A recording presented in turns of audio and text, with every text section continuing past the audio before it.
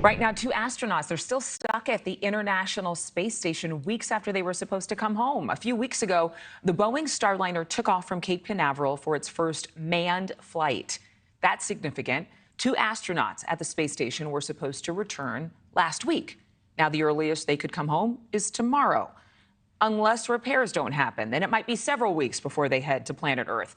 Issues include helium leaks in the propulsion system, issues with several thrusters that stopped working, and 4 of the 5 thrusters that malfunctioned are now working normally, so that's great.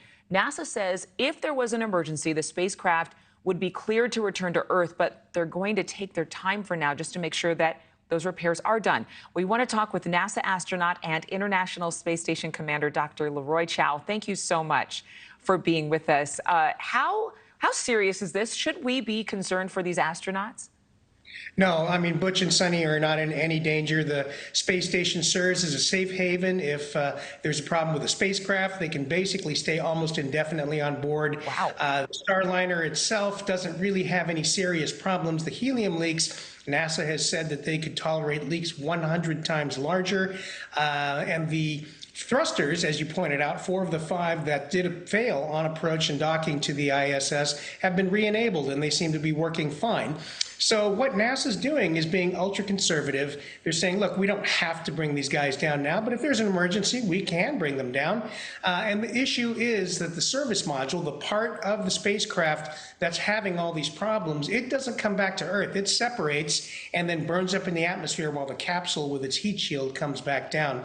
So NASA wants to take advantage of the time to do as much testing, collect as much data as possible before they have to burn up that service module. So you're just saying NASA being very conservative, which is the right thing to do. Yeah, well, conservative, great. We are so happy that they're okay. You say indefinitely. I would think, though, that your mind goes through some things when you're up there in zero gravity for a while. Yeah, I mean, it's never fun to be surprised. So Butch and Sunny, of course, expected to be in space for a week for this flight test. I don't know what plans they had after landing, but now they're up there for, up to 90 days. So, a mini long duration flight, most long duration flights are about 6 months. So you've got about 3-month flight possibly for them. But nonetheless, they're consummate professionals. They're going to enjoy their time up there, helping the other crew members do experiments, do some maintenance work. So they're going to be just fine. I like the optimism because, again, you hear somebody stuck in space, lost in space.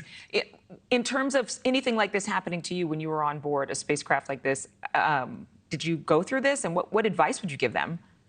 No, we went through something kind of related but very different. About a couple of months before our launch, we went and flew a 6.5-month flight. The Russians wanted us to fly for a year because they had sold our return seat, to a tourist. I remember that. I think I interviewed you about that. Yeah, and so that was quite a shock. It's like, well, wait a minute. I signed up for 6 months, and now you want me to go fly for a year because basically you guys want to make some money.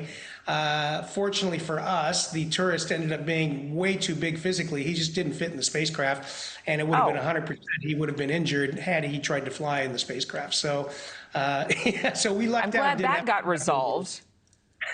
Right. Okay, well, then that makes me think anything's possible. Dr. Chiao, thank you so much for being here. And again, amazing the work that you all do up there, discovering new worlds. All right, thanks so much. Thank you for watching. Go to newsnationnow.com to find NewsNation on your television provider. And don't forget to click the red subscribe button below to get more of NewsNation's fact-driven, unbiased coverage.